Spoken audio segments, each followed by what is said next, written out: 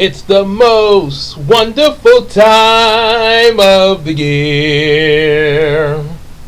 With the kids jingle belling and everyone telling you be of good cheer. It's the most wonderful time of the year. It's the happiest season of all. With those holiday greetings and joyful field meetings when friends come to call. It's the happiest season of all. There'll be parties for hosting, marshmallows for toasting, and caroling out in the snow. There'll be scary ghost stories and tales of the glories of Christmases long, long ago. It's the most wonderful time of the year. There'll be much mistletoeing and hearts will be glowing when loved ones are near. It's the most wonderful time of the year. There'll be parties for hosting, marshmallows for toasting, and caroling out in the snow. There'll be scary ghost stories and tales of the glories of Christmases long, long ago. It's the most wonderful time of the year. There'll be much mistletoeing and hearts will be glowing when loved ones are near. It's the most wonderful time. It's the most wonderful time. Yes, it's the most wonderful time. Oh, the most wonderful time of the year.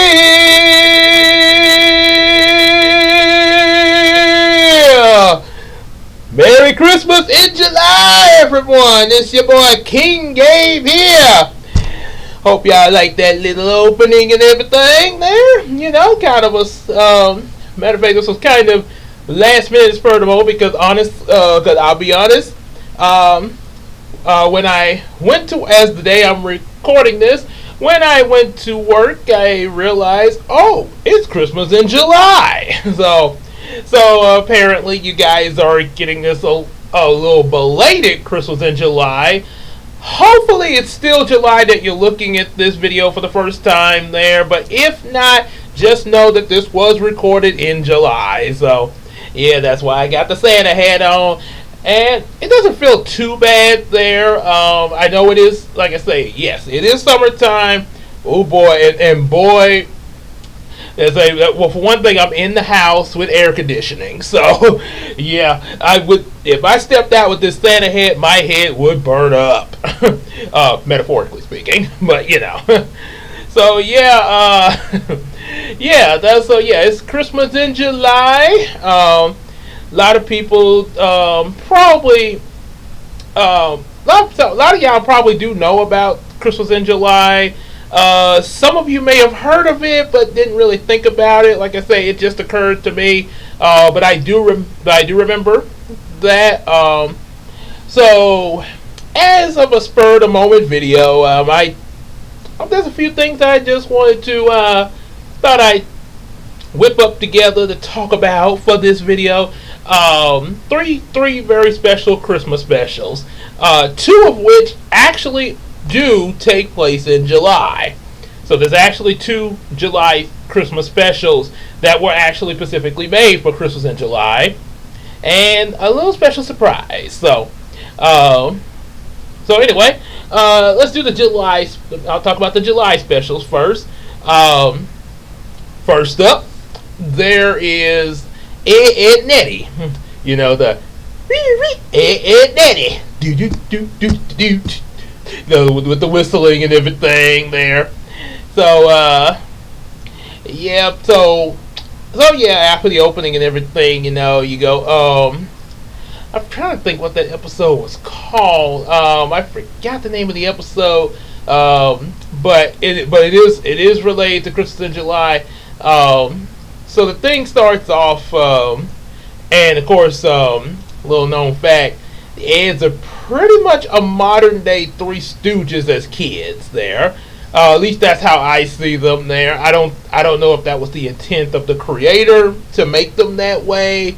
And of course, everybody has a different way that they'll probably look at that. But like I say, that's the way I see it. And I think there are a few other people who see it that way too. So, just a little something to throw out there to share with you guys. So anyway, the episode starts off. They're not. So the Eds aren't. So not doing the usual scam, but they'll get to that.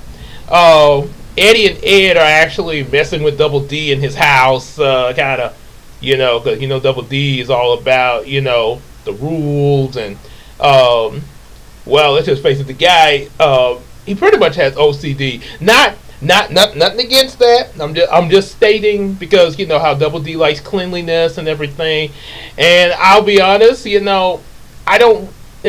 not really now. Of course, I'm more ADHD with of course autism like my wife, but of course I kind of can get with the whole thing of trying to be neat and cleanly because I think that's not like I said, we can't can't really make fun of him for that so of course say more so than others, but I get where Double D's coming from there. So he's trying to get Eddie and Ed out of I think a certain area of the house that's off limits there. Next thing you know, Eddie and Ed, they're just messing around with the mom and dad stuff and sticky notes the way that Double D's parents communicate with him. Yep. So, which I know that is used in real life, but I think Double D's parents might. Which of course that's because the show don't hardly ever show the adults, so that has a lot to do with it. So eventually they crash into the closet where they find this fruitcake. Why in the world you keep a fruitcake in the closet is beyond me. It seemed like there'd be a bunch of ants and roaches in there. Double D mentions about how they parade around with the fruitcake every Christmas, which is even more confusing. Like I say, not only the fact that they keep it in the closet, but also you use the same fruitcake every year. I mean, wouldn't you eat the fruitcake and then have a fresh one for the next year? For everybody who's for all the fruitcake lovers. Just saying. I'm not really a fruitcake person myself, but I mean I do. But like I say, I have respect for those who eat fruitcake as well as other foods. I'm just because I'm like that is a thing at Christmas time, and people do what they do. Have a little fruitcake.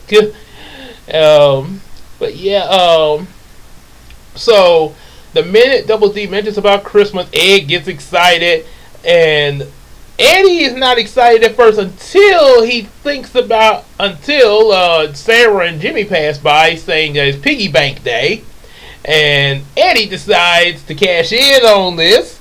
They build a giant piggy bank and say it's going to open everybody's piggy bank without the hassle of having to wham it open because apparently piggy banks with little corks like in Toy Story don't exist in this universe, or maybe they do, but apparently the people didn't get one. That always baffled me why you build up your piggy bank and you gotta smash the thing open. So of course they get and then not even the ones that have like the cork openings. You probably would want to only put coins in that piggy bank, because if you put dollars in there, you might have a difficulty getting that out of your piggy bank. I think an episode of Arthur showed us that once, the one where he got the no guessing game when he was trying to use I think like a pencil to get his dollar bills out of the piggy bank, and DW was like, "Just making all those faces scare the money into coming out." So anyway, with that, so they go through with this thing. Ed's parading around saying that he's Santa Claus's elf, and he ends up exposing the fact that it's a scam. Santa, spare him! Which makes Double D burst into tears, and yeah, the whole scam's ruined, as you would imagine. Also, I mentioned that Double D was, more than likely OCD. Eddie's probably. I never really thought about this, but people say that Eddie, at least looking at, I think this guy called Kevin Tribe, who's been looking at Ed and Eddie episodes, sort of like Iceman Universe did, because remember our who what once was our Patreon supporter, Iceman had watched all the Ed and Eddie episode, and I actually saw all his reactions to Ed and Eddie from season 1 all the way up to the final season. I think he did the specials, like the actual Christmas special, maybe a few of the others, and the Big Picture show. I think I remember seeing that on his channel. And now looks like Kevin Tribal is doing the same thing, which is not too bad there. Like I say, like looking at I do like looking at different people react to stuff. Depending on how well they do, just to kind of see what how they respond to these episodes. But anyway, I think a lot of people watching Kevin Tribal's videos suspected that Eddie was with ADHD, kind of hyped up and stuff. Especially the one episode when they built a city in the cul-de-sac, and then they suspect that Ed might be autistic there. It's possible, but of course with cartoon logics, there may be some major differences there, because there are some things that are done that I don't think even an autistic person would do. But of course, again, cartoon logics do exaggerate a lot of different things, especially the type of cartoon that Ed and Eddie is, much like SpongeBob or Looney Tunes or Animaniacs, stuff like that. So you kind of have to look. That's as Medea say, that's what they are. Sort of like people. When a person shows you who they are, believe them. If they walk like a duck and act like a duck, then what is it? Affleck! So anyway, back with the special.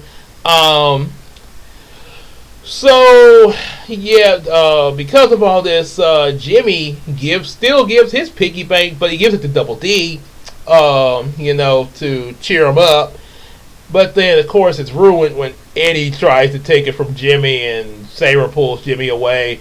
Also, there's a moment where Ralph gets so all of a sudden starts thinking it's Christmas like Ed, even though people think it's July, and Ralph gets so into the spirit that he decides to just give people stuff like Christmas gifts literally off of his back.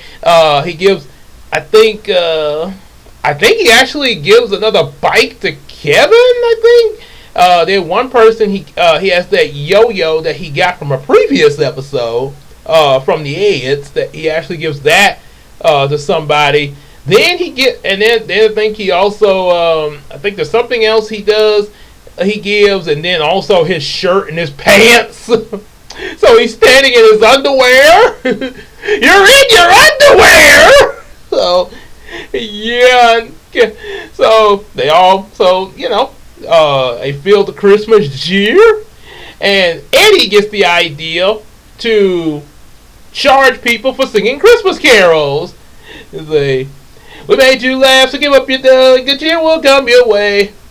Deck the halls with balls of bother, la la la la la la la. Give us cash, I will never stop singing, la la la la la la la. We wish you a Merry Christmas, we wish you a Merry Christmas, we wish you. And I think they got to Ralph's house and realized, I guess his idea of celebrating Christmas is eating a whole lot of meat. I mean, I know turkey is involved with holidays like Christmas and Thanksgiving, but boy, that's a lot of meat in Ralph's house.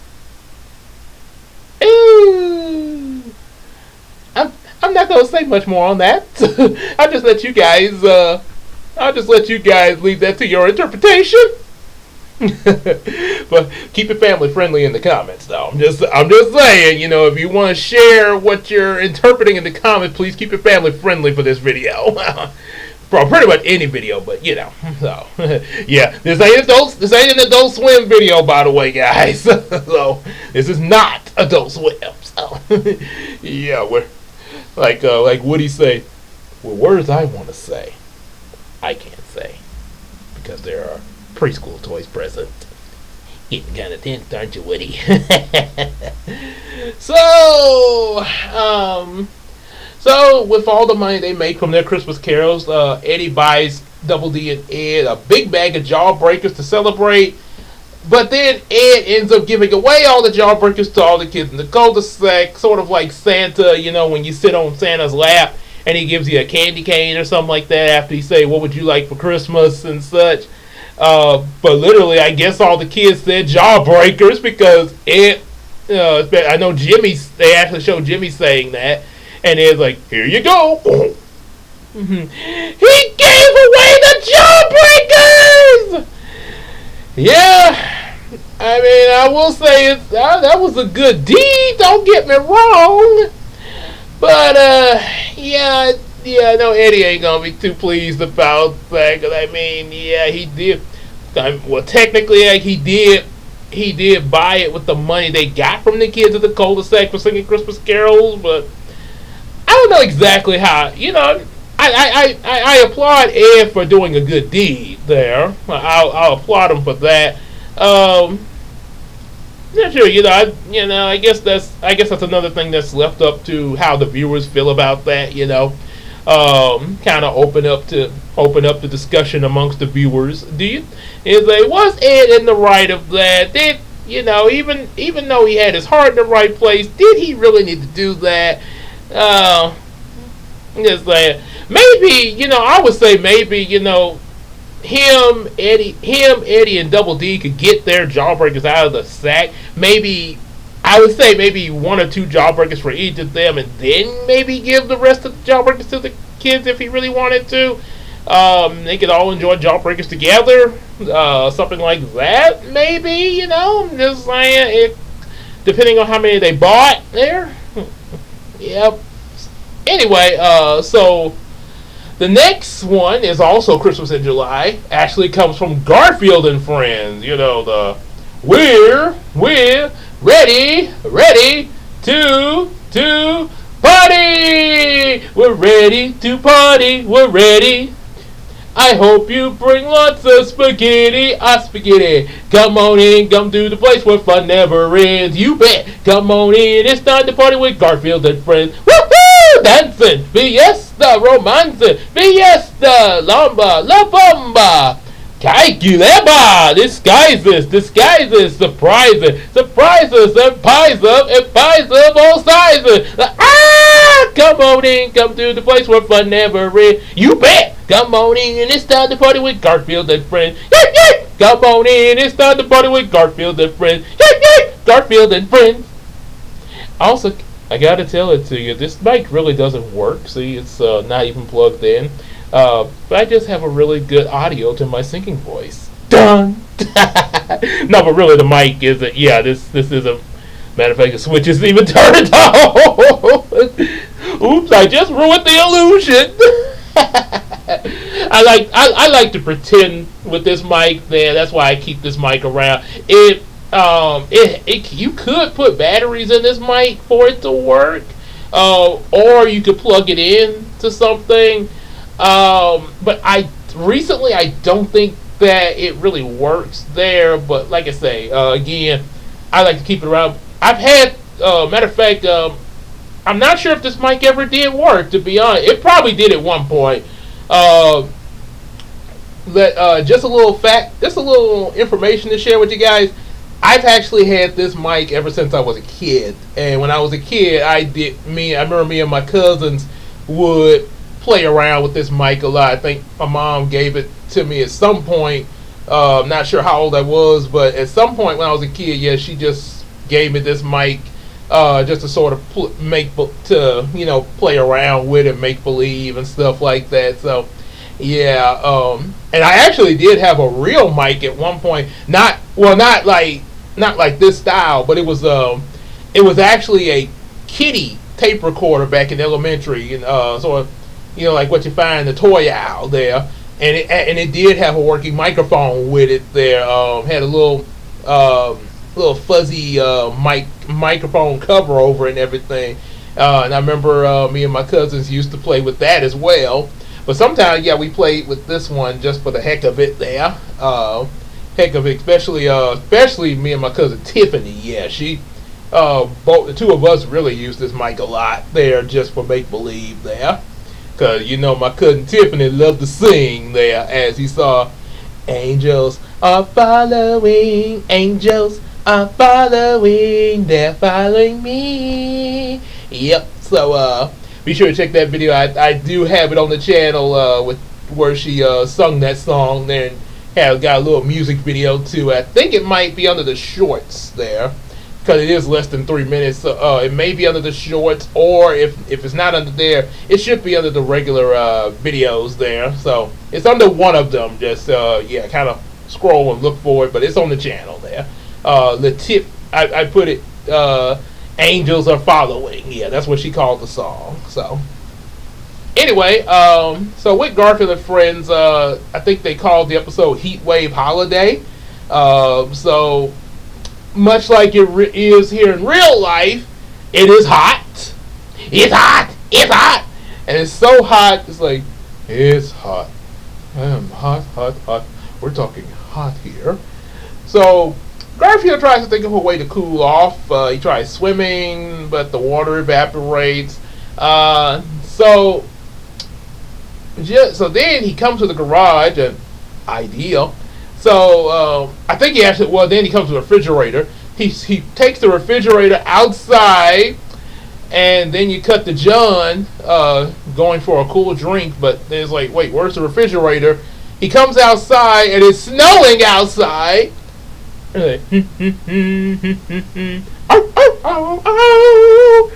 John looks at the calendar, and so apparently Garfield used the refrigerator, I guess the freezer, to make it winter outside, which only in the cartoon there.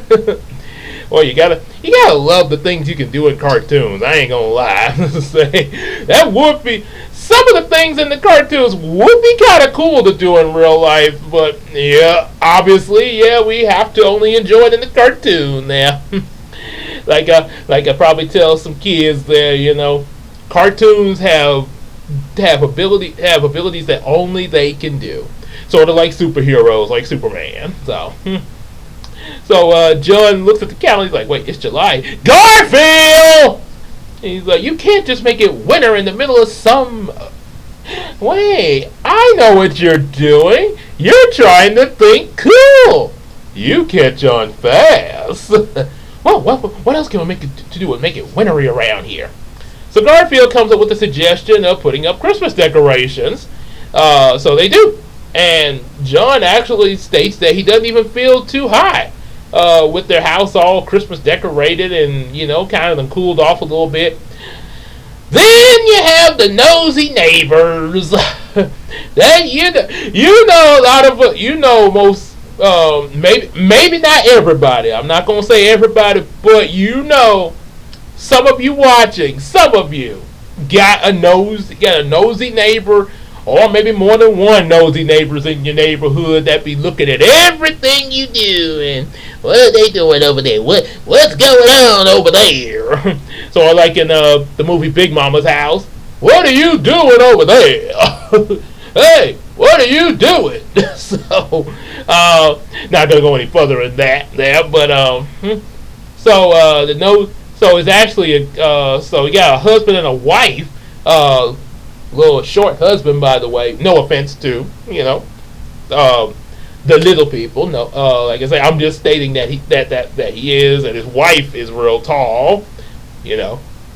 As Carlton said, you know what they say about short women and tall men. You know what they say about short men and tall women. So, but apparently I don't. Apparently, whatever it is they say, I don't think quite applies to this couple today. maybe another couple like that, but not this couple at the moment. The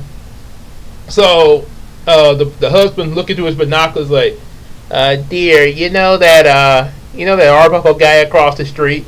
The one with the cat that eats everything. Yeah, that's the one. He just put up his Christmas decorations. Always trying to be the first one in the neighborhood. You go put ours up. But dear, it's July. That's the problem with you, Harold. Always waiting till the last minute. Now, what did I just say? Yes, dear. Oh, boy. So anyway, they put up their Christmas decorations. Other neighbors see this, and they start putting up their Christmas decoration. You know how that goes there. The garbage man runs through, and he's like, "Wait, what's going on here?" He calls the city, like, "Hey, do we put the Christmas decorations up now?" Oh, that's what I thought, but everybody in the neighborhood here seems to have them. Maybe we should start doing it. And so John and Garfield go to the city and the grocery store to get some to restock the refrigerator, and they see Christmas decorations all over the town. It is July, right, guys? Not by popular demand, but hey, if they say it's Christmas, must be Christmas. Like, okay. Yeah, so they come back home and, do some Christmassy stuff. They decide to open some presents. And then the Killjoy announcer comes on the screen. We just want to remind you that it is not Christmas. It is July. Of course, and in further news, the state statified that it's August. Wait. You just said it was July. Now you're saying it's August. I can understand the Christmas thing confusion, but how we jump from, because obviously, maybe I'm assuming that maybe it was July 31st when they did this, but I think it's implied that it's like, nighttime when they doing their when John and them are, back at home doing their little Christmas celebration right before they go to bed. It's not midnight yet, so I don't know why this report would be coming through. It should not have jumped to August that quick. Like, do y'all even know what you're doing at the news station? Anyway, also, was that really necessary, to be honest? Okay, if I know people putting up their Christmas decorations and stuff, but do we really need a news report to tell us not to do this? Oh boy. And to be honest, this might be hard to believe, but in real life there have been reports, not here, maybe I haven't heard of any news reports like from the news stations here where I'm from in Shreveport, but in other areas they have some pretty whacked out news reports in other areas there that's almost like, wait, this aired on the news? So apparently news reports like this might exist.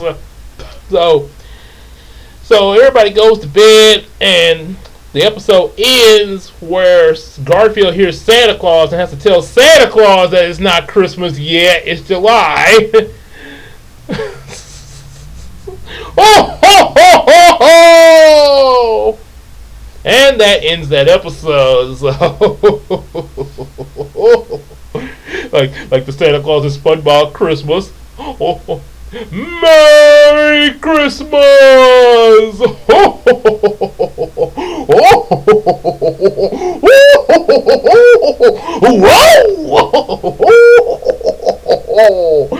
Yeah, I think apparently Santa in the first SpongeBob Christmas special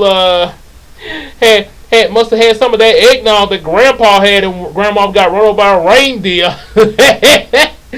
Or maybe it might be a different eggnog, because this Santa Claus was hyped up. Hyped up. But Grandpa and Grandma got run over by a reindeer. seemed like he was just kind of, hey, Merry Christmas, y'all. How you doing? Oh, I was too busy watching Grandma got run over by a reindeer. you, you saw Grandma got run by a reindeer? Yeah. And that didn't make you go like, let me go out and say, oh my goodness, Grandma, something? Yeah, because I know if that was my big papa and that happened to Granny, and he saw that, he'd be the first one running out that door. And let me tell you, even even today, he would, he would have. It's like Big Papa would have, as I say, I don't know, how he would get himself about and everything, but yeah, he'd make in times of dire need, we do the unthinkable. Yeah, he probably, like, oh no, y'all, Granny got robot ready, come on, y'all. So he be ran out that door. And of course, we know the little boy saw it, so he probably the second one coming down there because he had to come from downstairs. So yeah, him and Grandpa would have been the first ones out there. Yeah, I know that's why it'd be me and Big Pa. We'd be the first ones out there. Granny. So yeah, so the last thing I want to talk about for this video is Arthur's Perfect Christmas. Christmas. Let me get a little sip of water. And this one's gonna be the best. One there is. Christmas will be magical, just like in a fairy tale. I want so much snow that I'll use my toes to pick up the morning mail. Oh, hold on, let me clear my. Okay, that's a little better. All right. Christmas will be magical, just like in a fairy tale. I want so much snow that I'll use my toes to pick up the morning mail. Dinner would be delicious. Turkey and candied yams. Stuffing a mile high, 17 types to buy. Do you want some more? Yes, ma'am. Our tree will shine so brightly. Our tree will be 8 feet tall. Popcorn strung diagonally. Candy canes and silver balls. Here's the saying worth obeying. Please take out a pad and pencil. Nothing is more of an eyesore than the extensive use of tinsel. What? No tinsel? Not on this tree. But I want tinsel. You can have all the tinsel you like. When you are as old as me, that I guarantee. Christmas will be special. It'll be magnificent. Everyone's gonna say, Otto, we think you're great. Then they all open my presents. This Christmas, as I suspect, will be perfect in all respect. This Christmas will be the best Christmas yet. Arthur, what are you doing? And I don't think that singing was really the best you had. No, that's not what she said. But yeah. I mean, I think I did that okay. But yeah, I think the I don't think it was as good as as what I opened up with on this video. But y'all let me know what y'all think. Yeah, Gable, Gable. Hey, Gable, what you think? I didn't like that second number though. So yeah, it was I felt the first one, it's the most wonderful time of the year. I didn't quite feel this one there, which I think a lot of it's because of, it's supposed to be a kid singing it. Nothing against kid singers, but yeah, it's a lot different than, someone more experienced, unless of course you're Michael Jackson. Now that's a whole different story, because that boy had some pipes there. And it's like,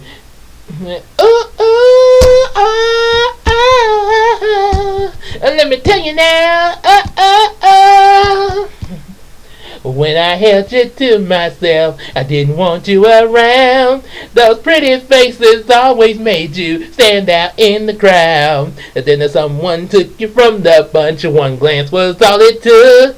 But now it's much too late for me to take a second look. Oh, baby, give me one more chance. Won't you please let me back in your heart? Oh, baby, I didn't mean to let you go. Now that I see you, it is all. I want you back. Yes, I do now. I want you back. Ooh, ooh, baby, I want you back. Yeah, yeah, yeah, yeah. I want you back. Nah, nah, nah, nah. So, yeah, something like that there. Might go more into that when I talk about the Michael movie later in a later video.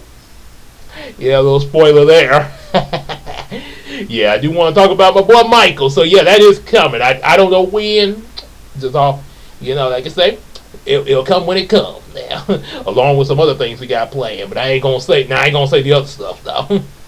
Yeah, but I know about Michael and I know about Spider-Man too because I talked about the trailer. So yeah. That's two things you can't expect there. Anyway, so back with Arthur. So DW wants Arthur to help her write her wish list to Santa. I think this is why in a later episode of Arthur, why she has Arthur writing a Christmas letter in May, because she wants to beat the rush. I guess considering what's happening here in the Christmas special where it was the last minute and everything. My dearest Santa. No, that's too gushy. How about, hiya, Santa? Aw, that's way too friendly. Come on, Arthur. I only have 4 Christmases in my whole life. What should I write? Also, DW, all of the actors throughout the years that Arthur has aired on TV, that Arthur's been on for a long, long time, like SpongeBob, kinda. Every actor that's played DW has been a boy. I kid you not. Yes, I didn't even know this. All this time I thought, that it actually was a female actress. I thought there was a grown lady playing DW because there was this one episode when they were bored. It was a rainy day. And it's like, what did you draw? DW said, a stick. A stick? A stick from the park where you promised to take me today. And that line delivery sounded, first thing I thought to myself is, oh my goodness, she sounded like a grown woman in that when she delivered that line, like the actress may have slipped out of character. So turns out it was a boy, which I gotta give props, for a boy to pull off a voice like that effectively. And then then there's some other boys that were able to do it too. That's props to you, man. Yeah, like I said, there's a few female voices that I can do pretty well. So, hello, there's my dear. Hey, Myrtle, how you doing? Oh, wonderful, Myrtle. I was in the hospital. You've been praying for me. Okay. You want to pray right now? Okay, Myrtle, go on and pray. She knows she ain't got no power. Why just make her pray harder? Hallelujah! Good, she's speaking in tongues. Oh, thank you, Myrtle. That was beautiful. Oh, yeah. Oh, some something for you.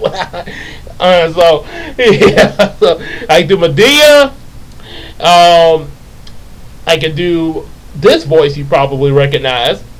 Say, he can't fire me. I practically raised him. Crunk, that's it. I'll get rid of Cusco to the secret lab. Pull the lever, Crunk. Wrong lever! Why do we even have that lever? Get out of my way. Like, how should I do it? I know. First, I'll turn Cusco into a flea, a tiny little flea, and I'll put that flea in a box, and I'll put that box in the box, and I'll move that box to myself, and when it arrives, I smash it with the hammer! It's brilliant, genius, I say! Or to save on postage, I'll poison them with this. Oh, feel the power, Crunk. It's dinner time! I think Yzma's voice kind of sounds similar to another familiar voice. Ah! After 10,000 years, I'm free! It's time to conquer Earth! Oh, I have a headache! Magic wand, make my monster grow! Bzz. So, yeah, kind of similar to Rita Repulsa a little bit. Don't get me started. They put Eve if they had Eartha Kitt. Oh my goodness, Eartha Kitt as Rita Repulsa. That would be interesting to see if if they had a. I know Sentai footage, but yeah, maybe I would have went for that. Yeah, Eartha Kitt as Rita Repulsa. I mean, they had an American villain, Lord Zed. Why not? So I'm just saying. That voice, and then I think another female voice I can do is Holy Audrey, and ever so much. I mean, she tries to. I'm just trying to be the best that I can be. Living for the Lord. Praise the Lord. Hallelujah, hallelujah, everybody. And I'm also using this voice to play Anna from Yumiko. Ever so much. Thank you for saving me, Brownie. So, yeah, that voice, yeah. So I think that's pretty much most I could do. I think one other female voice I could do is Simba's mother from The Lion King. And it's time for yours. Because it's sort of deep there, and she also played in Coming to America. Hey. So where is this really cool place? What? Well, it's alright with me, as long as Zazu goes with you. So, yeah, that, or later scene, and say, yes, Scar, where's your hunting party? They're not doing their job. Scar, there is no food. The herds have moved on. No! You're just not looking hard enough. It's over. There is nothing left. We have only one choice. We must leave Pride Rock. We're not going anywhere. Then you have sentenced us to death. Well, so be it. You can't do that. I am the king. I can do whatever I want. If you were half the King Mufasa, I'm the 10 times the King Mufasa was. So, yeah, I gotta do that voice, yeah. Cause it's sort of heavy. Yeah, a heavy female voice there. Yeah, that. Okay, one more thing. Last thing I say, and we're going back to the special. There was one moment. I don't know how this would sound now, but back when I was in high school, and me and Casey were talking, and we were talking about The Lion King 1.5 one day, back in high school when it came out. I actually, just randomly started imitating Raven Simone when she said, oh yeah. Can you dig it? I can dig it.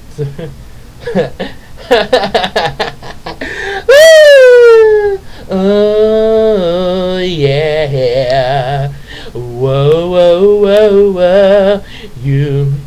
You see it meadowing in the grass. Everything here is so near, you can feel it. And everything here is so clear, you can see it. And it feels so real, so near, so real, so real. Can you dig it? I can dig it, she can dig it, we can dig it, we can dig it, we can dig it, dig it, dig it. Oh, let's dig it. Can you dig it, baby? I can dig it, she can dig it, we can dig it, dig it, dig it, we can dig it, dig it, dig it. Oh, let's dig it. Can you dig it, baby? So yeah, that so I don't know. Like I say, now I don't think now to me I don't think that really sounded exactly like how Raven Simone sings. But when I did it back then at random, and I didn't really put much thought into it when I did it. But Casey, I was like, "You all right, Casey?" She said, "You sounded just like Raven Simone when you sang that. Kind of creepy." I was like, "Really?" Okay. So I'm just saying, yeah, back. So like I say, To each his own, I'm just saying, but like I say, maybe you think the same thing, maybe you don't, but yeah, like I say, don't get into an argument over this. As they say, if you think I did and she don't think so, it's okay. Well, I guess you did sound like her. No, I don't think you did. Don't argue over this, please. Yeah, like you say, that is so. Anyway, back with the Altar Christmas special, DW puts her letter to Santa. Then there's a jingle in the car about a toy DW wants. Oh, Tina, Tina, tiny, Tina, Tina, Tina, tiny, Tina, Tina, the talking tabby. Don't even think about touching that dial. They almost remind me of Sanford and Son when he say, "Don't touch that dial." Fred jumped back.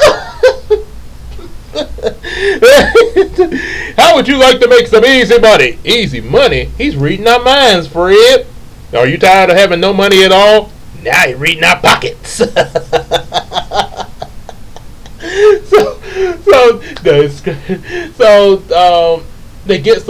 gets to. There's also a mention of another toy DW wants at the top of her list. I'm surprised that the talking tabby wasn't on the top of her list. The way she keep going on about it. But anyway, Arthur gets to school. As he's getting there, Muffy is inviting people to her Christmas party. Francine tries to tell Muffy that she can't go, but Muffy doesn't listen. And Arthur's like, "Hey, Francine, what's wrong?" Muffy, that's who. She still thinks I'm coming to a party, even though I told her I can't go. Why not? Because my family's having a Hanukkah party. We do it every year, and we light the last candle of the menorah. Sort of like the tradition. And I gotta say, it's not. I mean, Hanukkah is actually not a. It's actually a pretty good holiday. Much like I know it's different from Christmas, but yeah, of the Jewish culture, yeah, that's actually a pretty good holiday. I mean, you think about like with the Jews, Israelites, what they went through in the Bible and everything. Yeah, I mean, yeah, why would you not, have a holiday like that? And don't get me, and you do know we still have Passover for when they got out of Egypt, and Jesus, he had Passover with his disciples and everything. So, yep. And of course, a lot of us African Americans know about Kwanzaa. Yeah, Yep, and you know what it's something. I think like I said, I admit I have not ever did a Kwanzaa party myself, but my mom has with her class. She actually taught her students about Kwanzaa and everything. So yeah, after with the stuff with Juneteenth and everything, and I think I may have mentioned in an earlier video that they should really change. I'll go with June. They try to change it to Veterans Month. It's okay. Okay. Well, we can go. We can have that. Personally, if I could change June to a different kind of month celebration, considering knowing about Juneteenth and everything, and and how important Juneteenth is, with the African American culture and stuff. Yeah, why not have a Juneteenth? Why not just have the whole month, to celebrate Juneteenth? Yeah, that would. Yeah, I mean, like say, I know we got Black History Month in February, but hey, why not Juneteenth month? But like I say, I guess we'll probably be getting Veterans Month, possibly at some point. So, oh well. But yeah, I would definitely not mind a Juneteenth month there, because hey, we need to know more about where we came from. That's that. Knowledge is power. So, yeah, thumbs up for Juneteenth month, and still kick it with the veterans. Yeah, maybe Juneteenth and veterans. We can share. Because I mean, there's two important things, and we do have soldiers that are African American as well. as we saw as me and EJ talked about in the Soldiers play that he was in. So yeah, they can still go good together. Veterans Month and Juneteenth month. So yeah, Veteran Juneteenth. So that sounds like a good little combo. So anyway, and yeah, oh yeah, so I mentioned that because I meant because there was the whole, because we know Kwanzaa is also in December too. And yeah, I mean, definitely, that's something. Yeah, but like I said, I haven't ever done a Kwanzaa celebration, but I really should. I really should do one.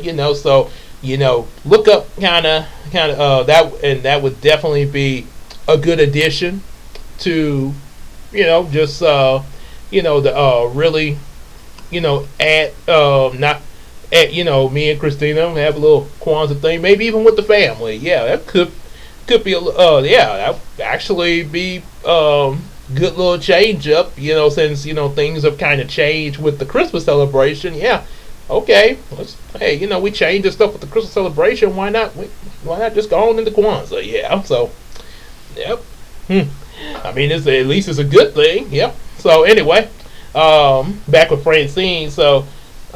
She tries to tell Muffy again, but Muffy talks about this band that she got and keeps on walking up.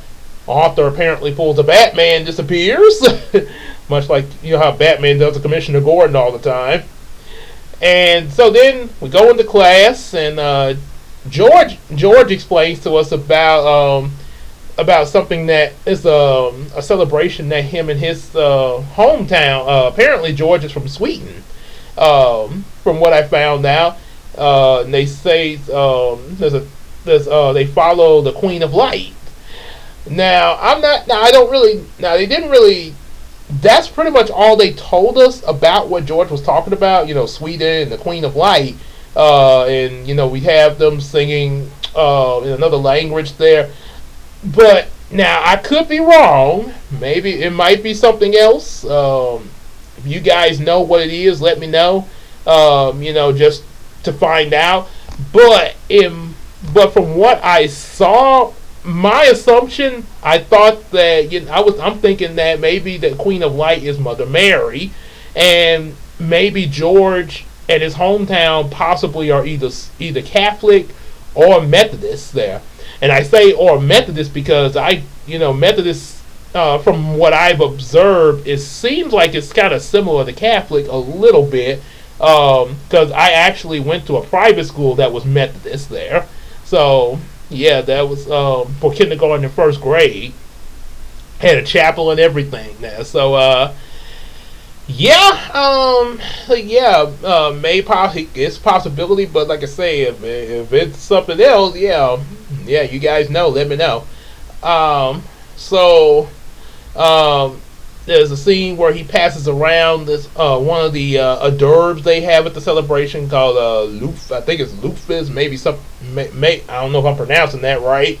I forgot. My wife, Queen Tina, I think she told me what it really was. I think, but I think I forgot. I forget. So. Apparently, the only person who liked because apparently this hors d'oeuvre stinks, almost like chitlins.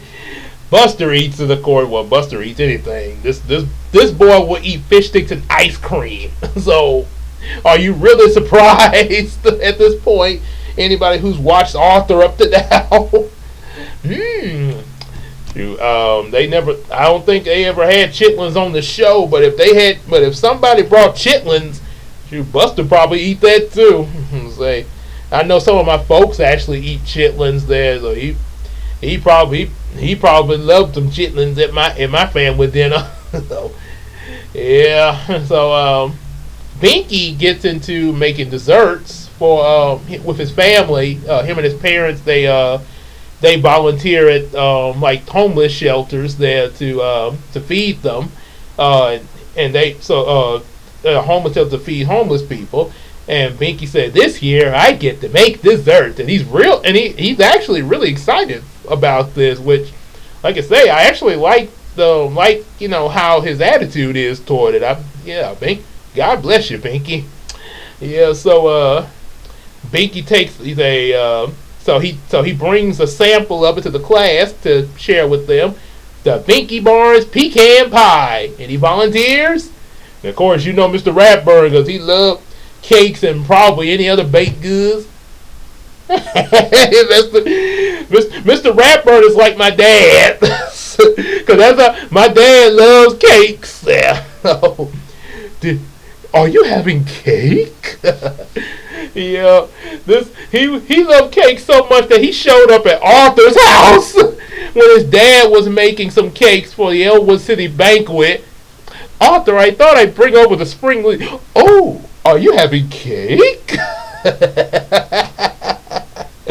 So apparently, while Binky's heart is in the right place, and I strongly applaud that. We'll say that Binky could probably use some lessons in how to prepare the baked goods, because apparently he forgot to shell the pecans. But I will also give him credit for taking constructive criticism, because he actually, like, okay, and even takes notes, on it, kind of like Zack Snyder, there was a lot of, with the criticism that he received, like for Man of Steel and Batman vs Superman and stuff like that. I really respect Zack Snyder for how he took the constructive criticism and stuff, and even I think he even took notes from what the fans were saying and about the movies, both good and bad. Now, of course, you do have people that do more than just criticize. They go right out on a hate train there and almost like, okay, dude, okay, just tell me what it is you don't like about it. You ain't gotta bash me on the head though. Come on now, just okay. What just maybe just give me what do I need to do to make my movie better? So much like Zack Snyder, Binky takes the constructive criticism really well. Yeah, God bless him more. So, Buster apparently after class, Buster tells Arthur about how his mom keeps waking up the days before Christmas, thinking that it's Christmas, and puts out all the presents and fixes pancakes, and then goes right back to bed because it's really early. And that's why Buster's getting really tired.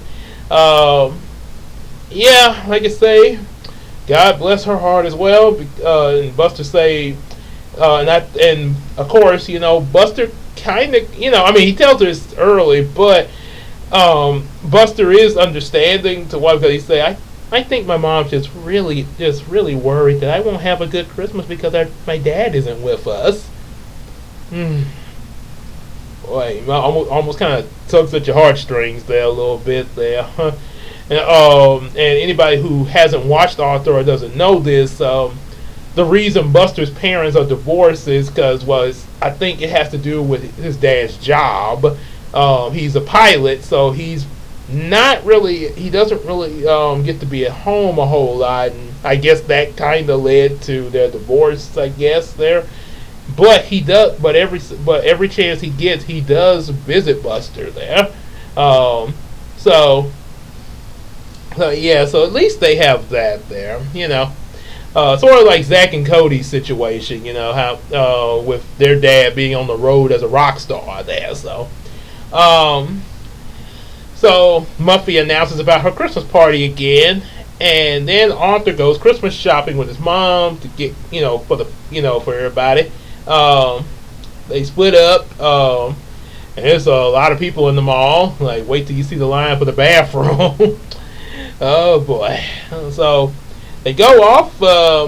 Two things Arthur gets. He goes to get a Veginator for his dad, but they're sold out of Veginators, and you'll find out why when I get to it. So the only thing he's able to get is Uncle Nico's olive depitter. You just stick an olive in, and out pops the pit. It's selling like hotcakes. That's why I have several boxes of these things. Yeah, so he gets that. I'm assuming it probably may have been the same price as the Vegetator, or it may have cost a little less. He's probably trying to get rid of these things there. Then he wonders what to get mom, and he sees a glass bird in the window display, which is apparently a bird that his mom had that he broke last summer. So he decides to get that to replace the one he broke as Christmas gift for mom. Good for you, Arthur. And I don't know how he paid for the olive depictor. They didn't show it, but when he gets to buy the glass bird, he does purchase it. I think it's $9 and something, close to $10. He pulls out a whole lot of change, almost like Mr. Brown when he paid for his hotel room. It'll take me forever to count all these. It'll take your time. I ain't going nowhere. Yeah. Or when he went to that store and Brown goes shopping.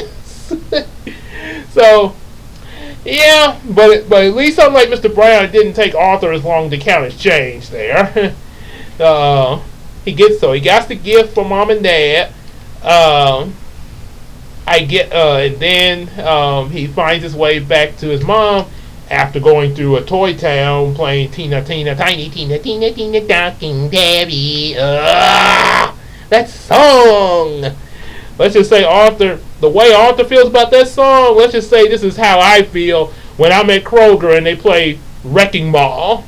I hate that song. I hate that Wrecking Ball song. I love Hannah Montana, and there are Miley songs that I do like as well, especially like Last Song, the album from the movie Last Song, and even Miley Cyrus's Can't Be Tamed album. But that Wrecking Ball I can do without.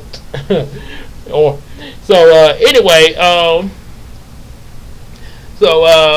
goes. So after he's gone through there, he asks mom. They ask each other, "Well, did you get everything you needed?" Yes. How about you? And mom's like, "Well, almost. There was one thing that was completely sold out. It turns out, I guess she couldn't find Tina the Talking Tabby. I thought at first it was going to be like maybe the gift she was going to give Arthur or something, but yeah, it's the gift for DW. Now, DW, you know Santa can't give you everything on your list. Why? Is it because I've been bad? No, it's not because you've been. It's a lot of kids are hoping for the same thing. It's because Arthur wrote my list all wrong. Boy, if you want something done right, you gotta do it yourself." Yeah, this is why. Yeah, now, like I say, I have nothing against the Santa thing there, but this is why I would be straight up with kids, about, Santa is a fantasy, but it's a fun fantasy. There's nothing wrong with having fun with, oh, Santa Claus coming down the chimney, here comes Santa Claus, here comes Santa, nothing wrong with that, because as I say, but it is good to use your imagination. Imagination, yes. So, yeah, like I say, and the thing that makes it fun of knowing that Santa is part of imagination, the thing that makes it even more so fun, or any other thing that's imagination, is you can really do how you want to do with your imagination. You can really you can do some things that's a little different from somebody else. Like I say, like a lot of us do. A lot of stuff that I imagine that I have, put into my books. Be sure you get a copy of those books. A lot of the books I write comes from my imagination. So, yeah, that's like I say. I would be straight up with kids about that, not to discourage them, but just to know the truth, and then, like I say, once they know the truth, so I put on me a beard. Okay, kids, I'm Santa Claus. Ho, ho, ho, ho, ho, ho. We play all kind of things there, and just let our imagination run wild. So, yep, I actually have dressed up like Santa a few times there.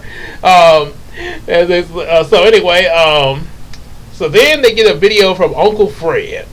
He's gonna be important later. Is this thing on? Oh, it is. Hi, Arthur.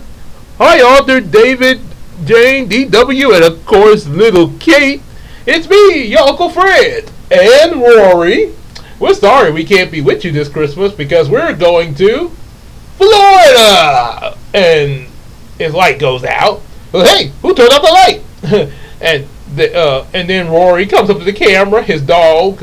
Rory, no, that's not a dog treat. And when I showed this to when Queen Tina saw, cause I was looking at it then before I did this video, I looked at it real quick, the Alter Christmas special. Queen Tina was like, imagine if that was EJ's dog, Chanel. There, yeah, I guess a female version of Rory, and Uncle EJ would be like, Chanel, no, that's not a dog treat. Like maybe EJ making one of his videos and Chanel starts trying to lick the camera. Cause anybody who's seen the one EJS channel, you know his dog has appeared in some videos there, especially the Breakfast Impossible, when he's actually kind of playfully wrestling with the dog. Get that pooch out the way! Get the pooch out the way! We don't have time for this! Get the pooch out the way! So anyway, so yeah, he's like, oh, that Fred, he's so funny. Remember last year when he stepped on that tea set that Dad got from Mom? That wasn't so funny. It's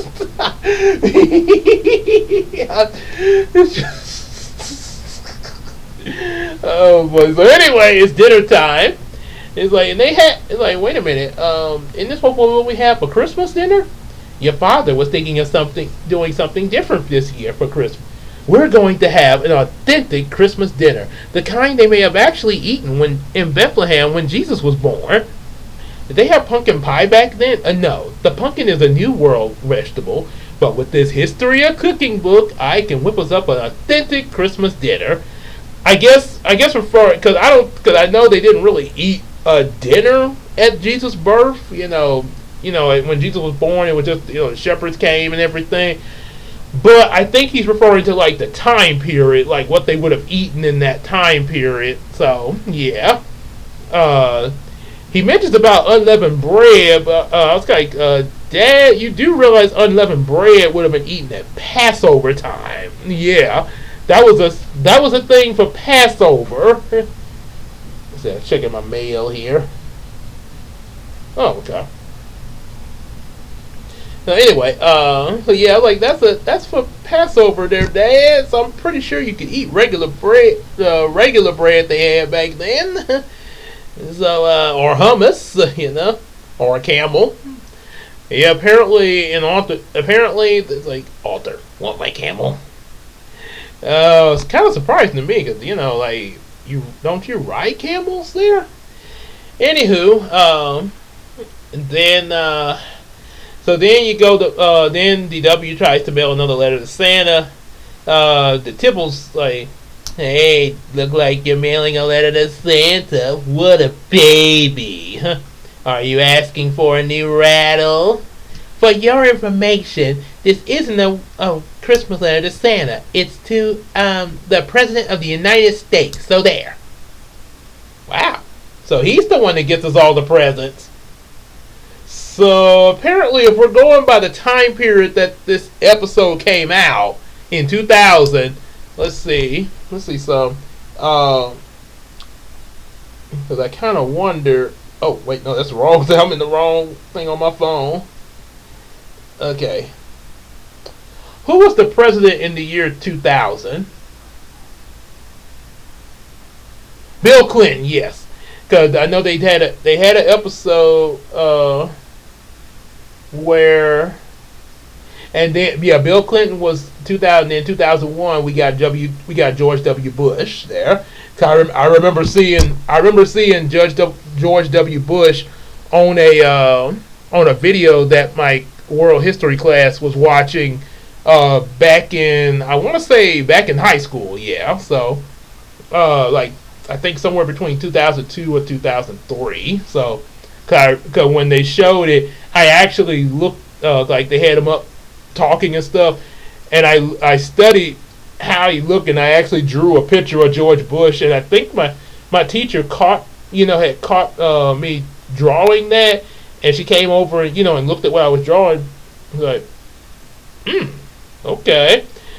And I actually didn't even get in trouble for that there, because I mean, obviously I had to be paying attention to draw George Bush that accurate. So, like, okay, well, I guess at least he's paying attention there. at least he's drawing what we're looking at. Okay, carry on. So, yeah. Yeah, Bill Clinton delivering presents on Christmas. Makes sense to me. So we go to Muffy's Christmas party that night. They have this band playing and say, "May your season be a jolly and out of sight. Have a boogie woogie Christmas and a rockin' and a real New Year. Have you heard the news? Santa Claus is coming to town. Hey, have you heard the news? Santa Claus is coming to town. May your season be a jolly with care. Need to be a have a boogie woogie Christmas and a rockin' and a real New Year."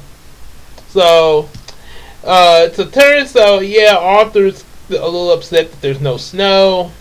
Brain informs him, well, Arthur, no one truly knows when Jesus was born. And we do have theories of that, because like I say, the calendar for, back then in the Old and New Testament, I don't even know if they even had like a calendar in the first place.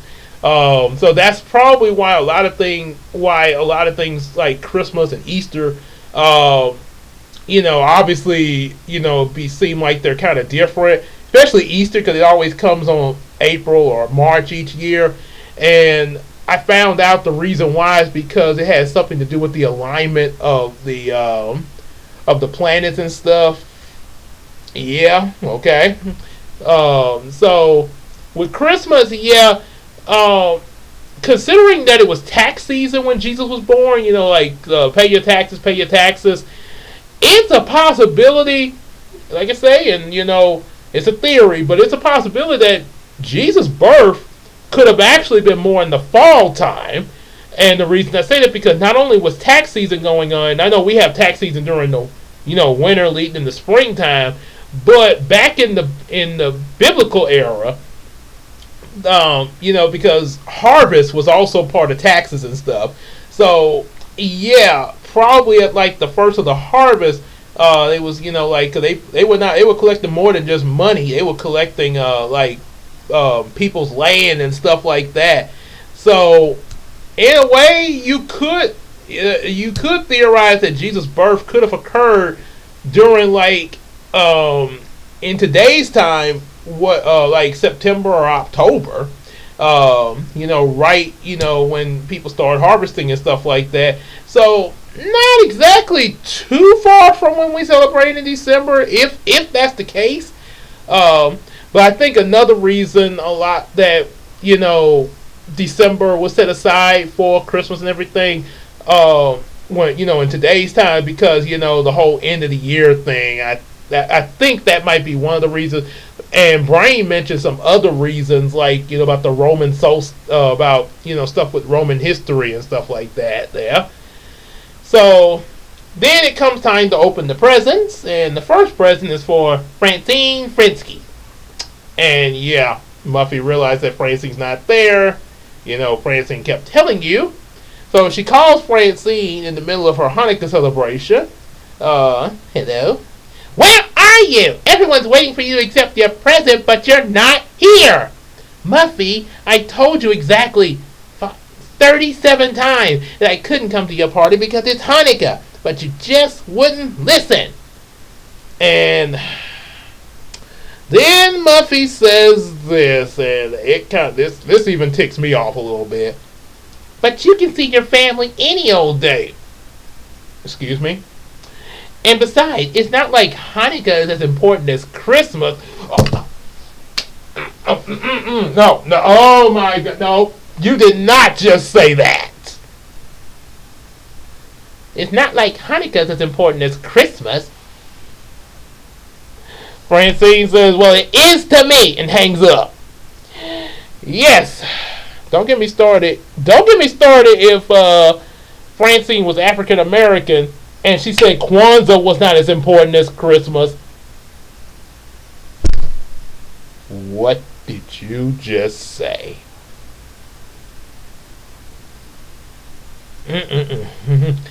Yeah. One rule of thumb, people.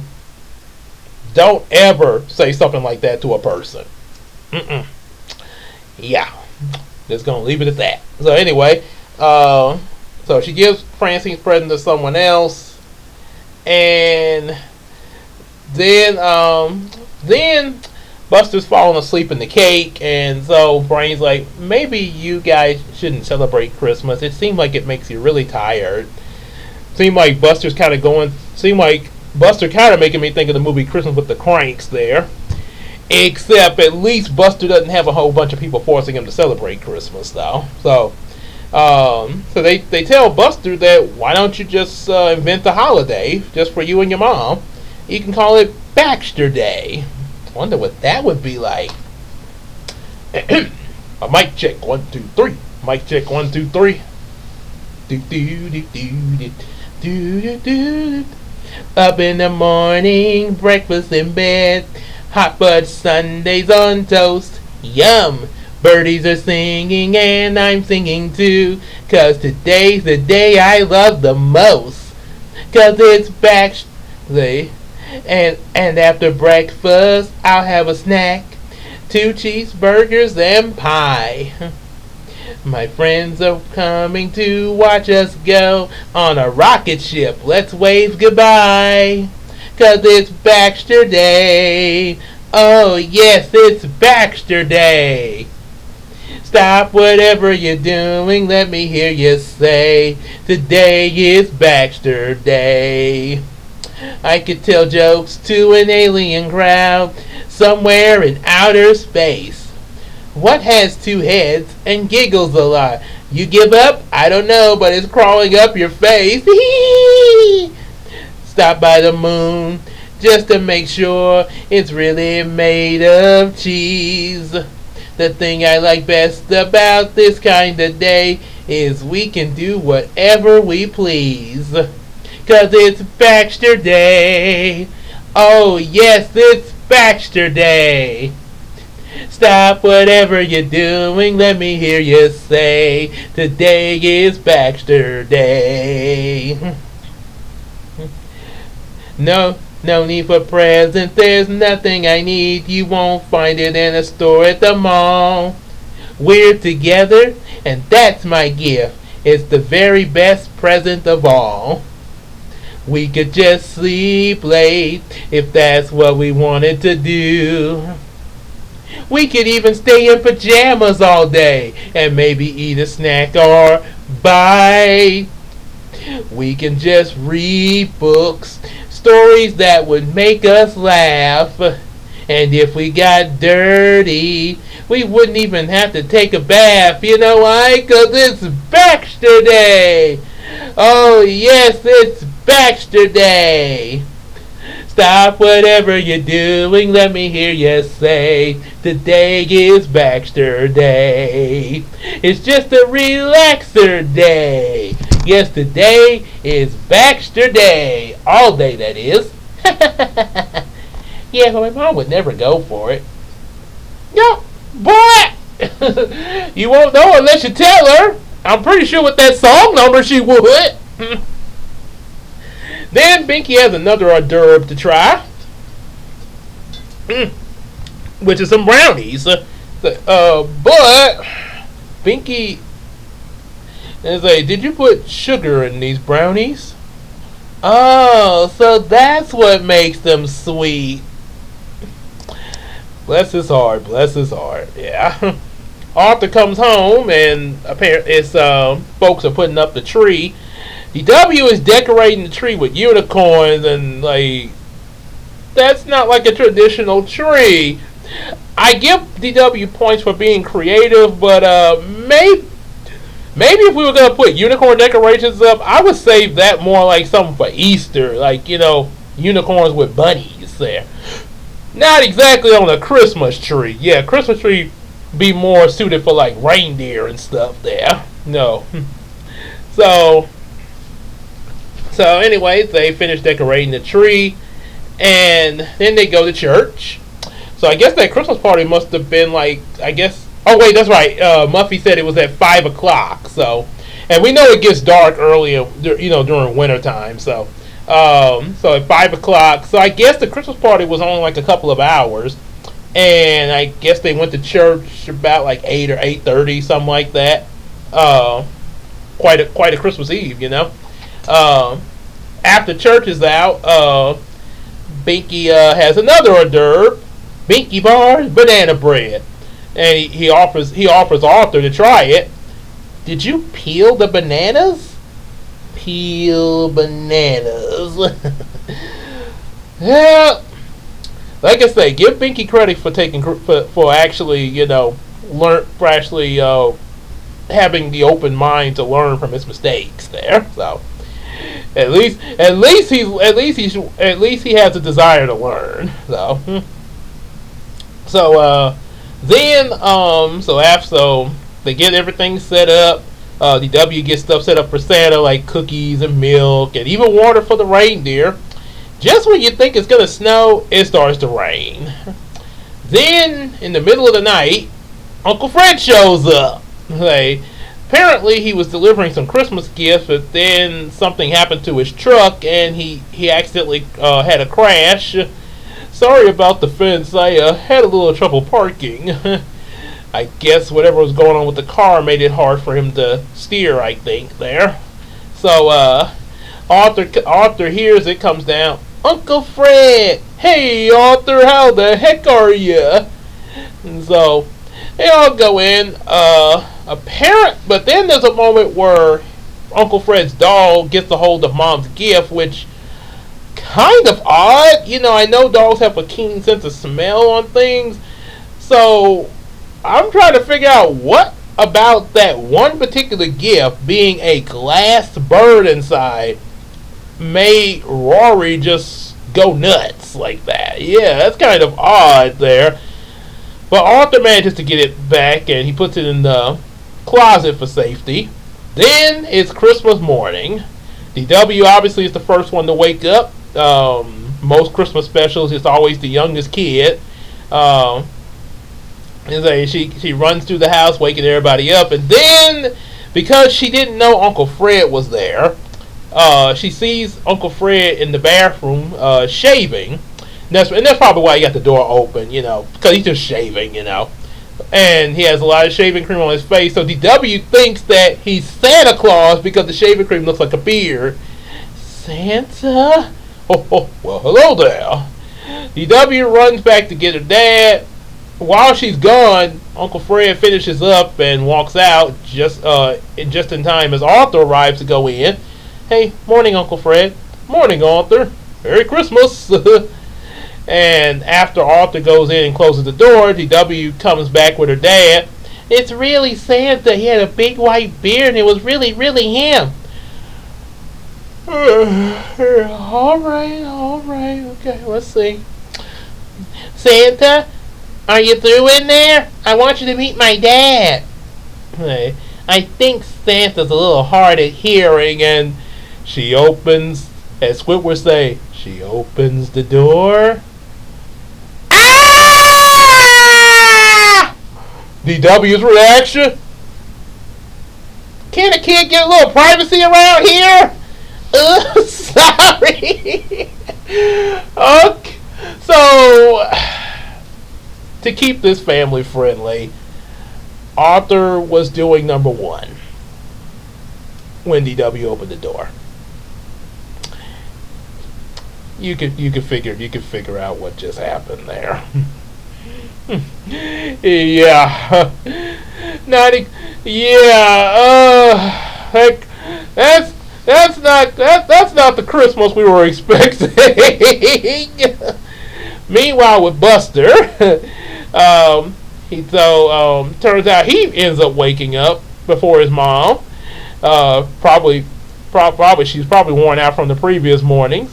They They have they open the presents, and it turns out one of the presents Buster gets she thinks that it's a toy that he already has, but Buster points out that it's a different toy.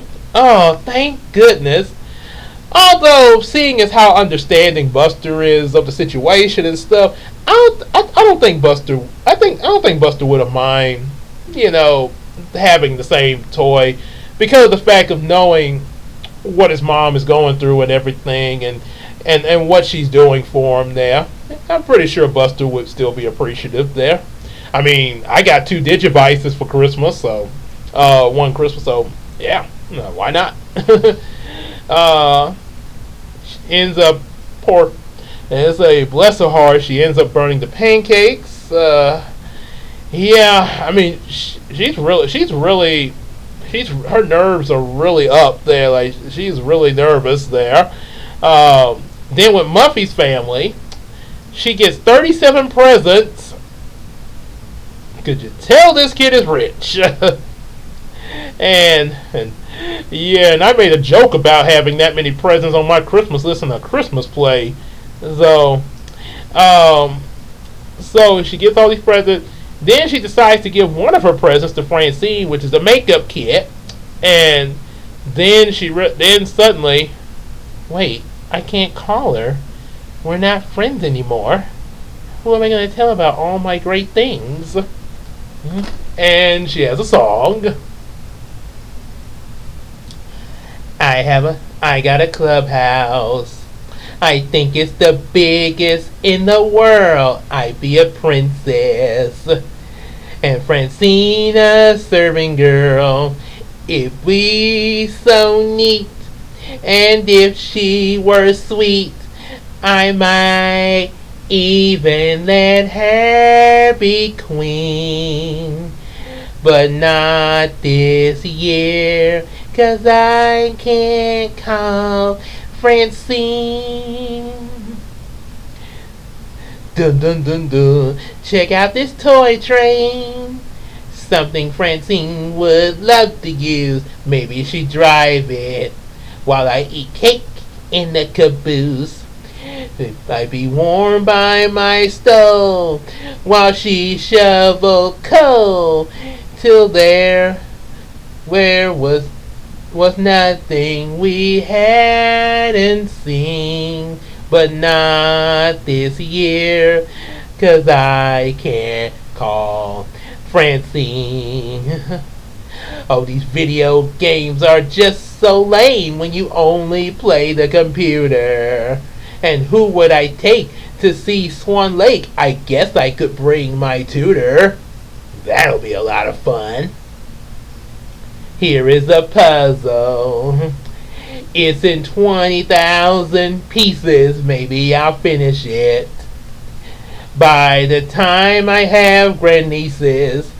Oh, I've got pretty dolls, stuffed animals, a miniature submarine. Ooh, but what good are presents? I find them unpleasant. Who wants presents if I can't share them with Francine? Francine. Ooh. Yeah, and excuse me. Yeah, that I know that probably was not the best of singing, but again, as I mentioned, doing female voices is not my strong point. There's only a few that I can pull off, but it's not my strong point of doing female voices, let alone singing in a female voice. And also, Muffy, she's an okay singer. She's okay, but yeah, definitely not professional there. Yeah, I wouldn't put Muffy on American Idol now.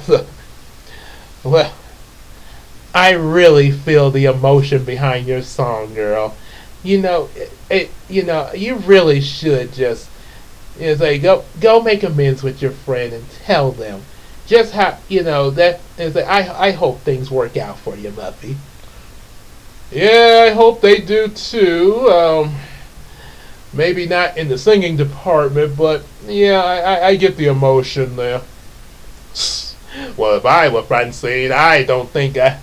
If I were Francine, I sure wouldn't accept that kind of apology because that song is terrible. Yeah, you might want to think of a different way to apologize to your friend there, because that singing is not going to cut it there. But Simon, say, I'm just telling it like it is. Say, yep, she's a kid, Simon. Be nice. I'm not nice. Yeah, that's probably how it would go. Don't get me started with the skit we did back in college there, where Simon said, "It sucks. It's horrible. My ears are bleeding." So anyway, back to the heartfelt moment. So turns out, so to back with Arthur's Buster and his mom, they try to go out places like these fancy restaurants there. Not quite cutting it there. I think, well, it is, but I think it might be kind of overdoing it there. With Arthur's and his family, say his Grandpa Dave, Grandma Thora, and Uncle Fred. Let me shoot a text over to Queen Tina real quick. Let me see. Yeah, so yeah, cause it's almost time for her to get off. So yeah, I gotta wrap this up. Yeah, get off work. Yeah. Okay, so anyway, so yeah, they decide. So W is trying to tell Arthur that she saw Santa Claus, and then Dad announces that it's time to open the gifts. Arthur goes to get his gift for his mom, and well, first he has a fantasy of being the perfect child. Yeah, might want to dial the fantasy down a little bit there, Arthur. Ain't nobody perfect in this world. I'm just even for fantasy. Yeah, come, humble yourself a bit. Humble yourself down a bit, Arthur. Yeah, let me come up there and humble you. So, apparently, unexpectedly, the present falls and is broken, which I have a theory that the present may have broke at some point during Toy Town or when the dogs were fighting over it there. So Uncle Fred comes, so he thinks that everybody's gonna be upset with him. Uncle Fred comes up there to check on Arthur. He said, "Hey, what's wrong, sport? This is what's wrong. This was supposed to be a gift from Mom, and I broke it again. Oh my. Maybe we could put it together with... No. It would... That wouldn't work. So, Uncle Fred says, well, let's go back down there. Let's try to go back down and have a good Christmas. And turns out Uncle Fred might have a little idea. And Arthur said, okay... Knowing my luck, I'll probably end up knocking over the tree. Hey, that's my job. Just to sort of perk Arthur up a little bit there. So apparently, Muffy goes over to Brain's ice cream shop that's open because he mentions how since they celebrate Kwanzaa. They don't really do Christmas, so but they just go straight to Kwanzaa, which starts after Christmas. Okay, fair enough. And they even have a special ice cream for Kwanzaa of the different things that's represented in the holiday. And Muffy looks at it and says, "Daddy, next year can I have a Kwanzaa party?" Sure, Muffin, but why? Because maybe Francine will be able to come to that one. Oh boy. Yeah, it's definitely, this is the there's a video that I might check out a little bit later after making this talk, saying that Arthur's Christmas is kind of dark. So maybe the emotional part is what these people mean, and there might be something else. I'll have to see it for myself to find out there. So anyway, So yeah, with that, I think later Muffy. Oh yeah, Arthur comes back down, and they get ready to open the presents. Also trying some of Dad's new stuff from the biblical era. DW opens her present first. Oh, actually, oh yeah, yeah. DW opens her present first, and it's not Tina the talking tabby; it's a talking duck. Quackers. It's not Tina. They say, and it's like, oh boy, DW, are you okay? Yeah, yes, and I'm fine. And I think I legitly think that DW really was trying to be accepting and happy. And much like one of my nursery students, Camille, this one time when it was a mistake there. I this one time she had this plush toy with her, and I thought that it belonged in the nursery with the other animals that we had down there, and I was like, okay, you have to put that back so we can go up to the sanctuary, and so she puts it back, and then I kind of noticed like Camille wasn't looking too happy, but she still was obedient there, and then that's when Nisha told me that plush toy belongs to her, and I was like, oh my goodness. I was like, oh Camille, and I went and I got it back to her. I was like, Camille, I'm so sorry. It's like Camille. Oh, I think what it was when Nisha told me that Camille, she put the toy up, and then she came back, and I kind of was wondering, and then I noticed she didn't like break out bawling, crying, but she was. You know how a kid tries to hold in their cry?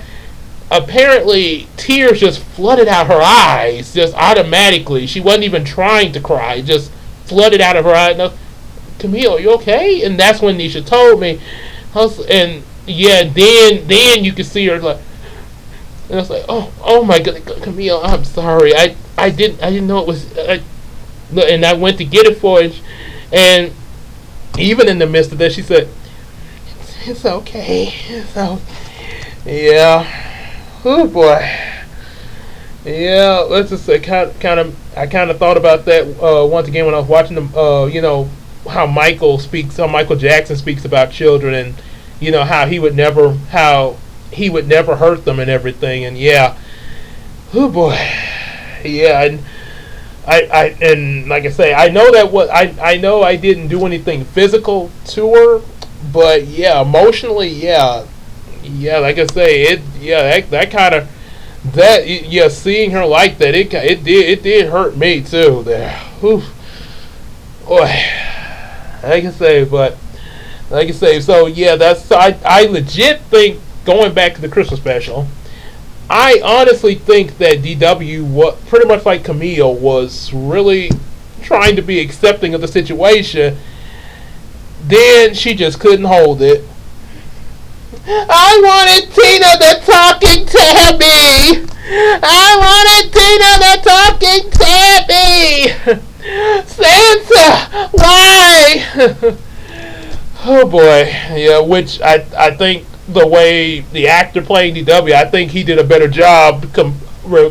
Yeah, because I'll be honest. I know she was kind of throwing a tantrum a little bit there. Okay, maybe a lot, but.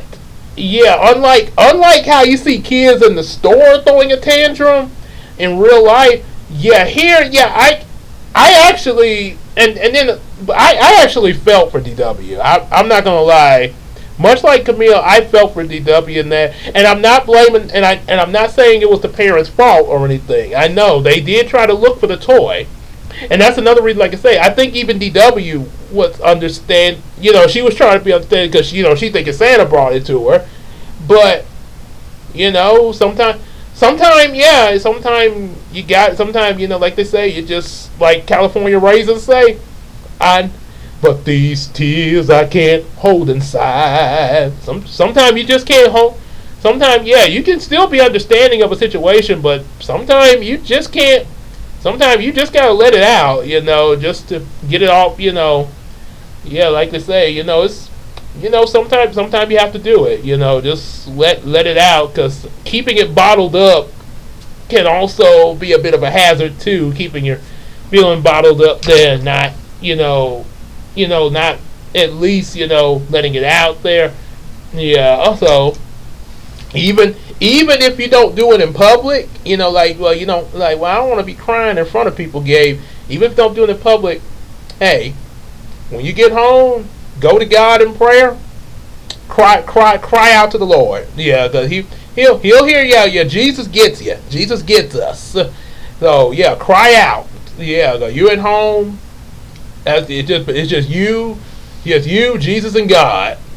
Yeah, because he knows what's going on with you. So yeah, at least then that now I don't know what'll happen after that, but like I say, at least letting that out, you feel a lot better there. And it actually does help, because then the duck starts talking, and DW actually likes the duck talking. You're kind of cute for someone that's not a cat. And she feels better. Yeah.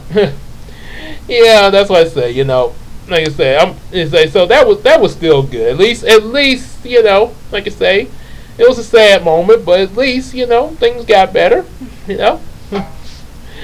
So, then we go to open the gift. Like Arthur thinks that, Mom probably thinks I didn't even get her anything.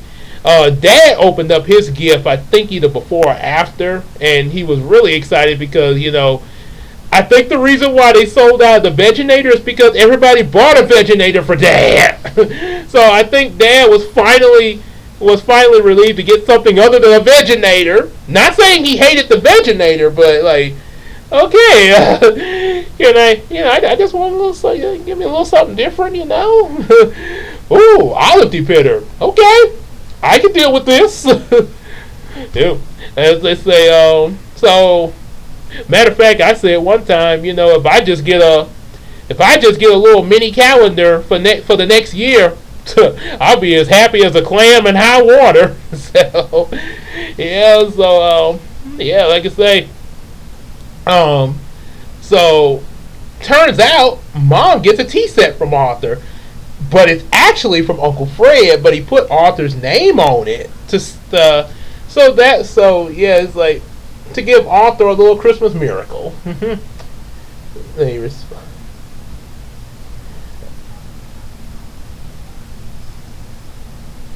Let's see.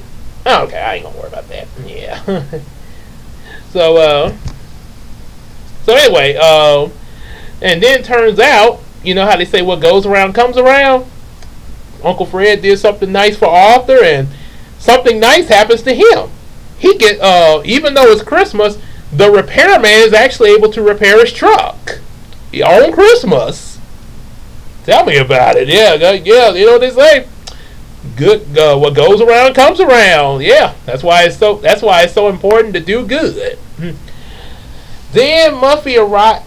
So Buster finally gets through to his mom about just having Baxter Day and chilling, not having to overdo things though. Muffy and her dad and her parents arrive at Francine's place. It's like, hi, we were in the neighborhood and thought we'd drop by. We got you a handout. I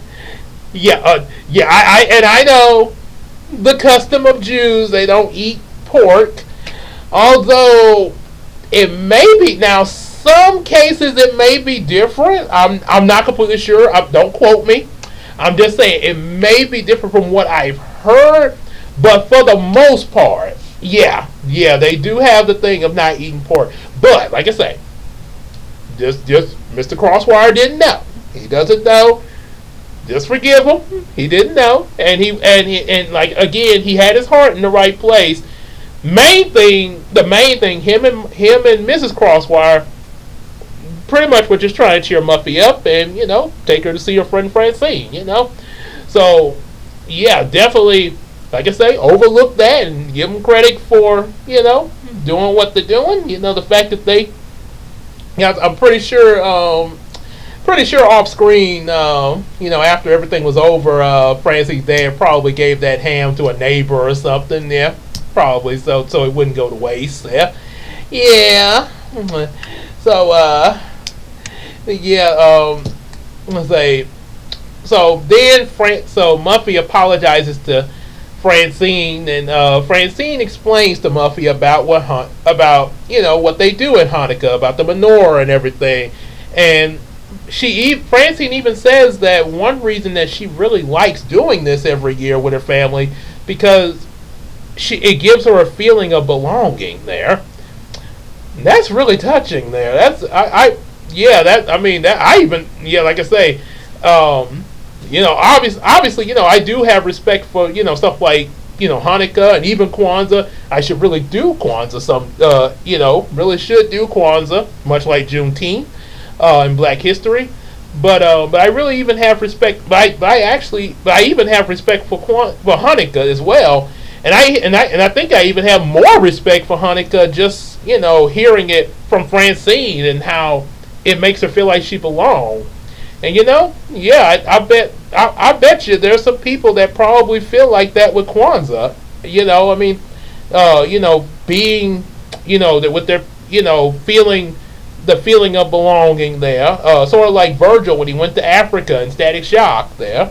So, yeah, like I say, that is a very touching thing to hear. And then her dad shows up with something a little more touching, but also kind of fun. He said, "There's also something else that we do. It's when Christians are celebrating Christmas. What's that? Go to the movies." Yeah, see, even an emotional scene can be fun, So they all go to the movies, and yeah, Muffy and her parents join in with them. Yeah, why not? They're already here, so yeah, come along. and in real life, the movie theaters do be opening on Christmas, which a lot of y'all know that there. Because I know here in Shreveport, the theaters be open on Christmas because Fat Albert dropped in theaters December 25th of 04. Yeah. Hey. So it looks like Christmas has turned out really well for everybody.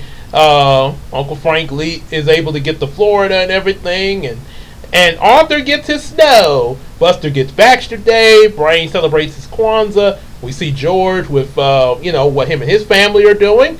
Muffy and her parents enjoy the movies with Francine's family there, and of course, yeah, like I say, it's just good all around. It's a real good ending. Arthur sings us out there, and comes back inside.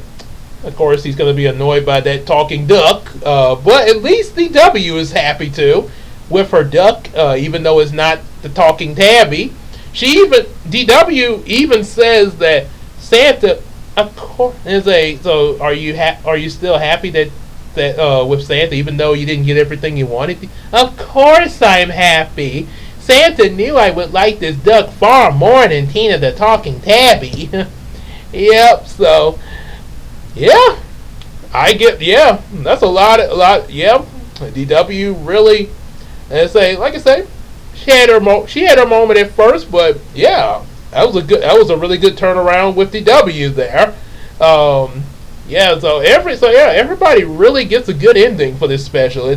And I think that's why they call it Arthur's Perfect Christmas, because it's not literally perfect, because obviously, ain't nobody perfect in this world, not literally speaking, but I think it's sort of like a metaphor of sometimes things don't always go exactly the way you want them, but but like I say, you can still make the best of your outcome, So yeah, that's a really good way to look at the special. Even if you don't get everything you want, or it doesn't go completely 100% the way you plan things.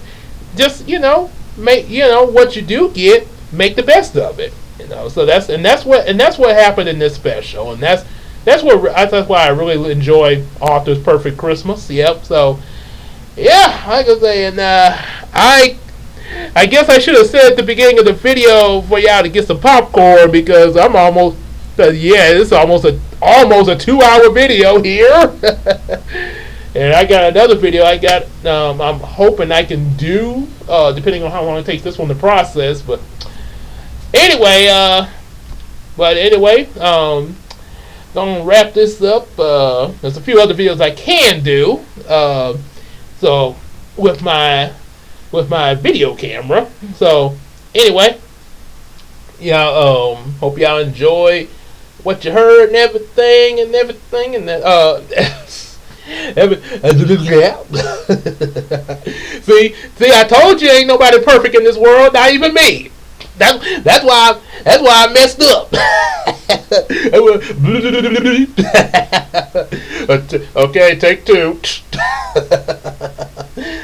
That's why we never can do stuff in one take. Yeah. So, anyway, like, share, and subscribe. And especially with your friends, family, and everybody who you know.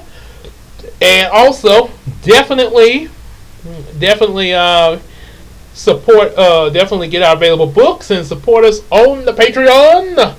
And which will also allow you to support the Miracle Crew. Yours truly, King Gay, Queen Tina, Big Sis Casey, Janara Nellens, Jen, aka Chris Godfrey, and of course EJ the Supreme.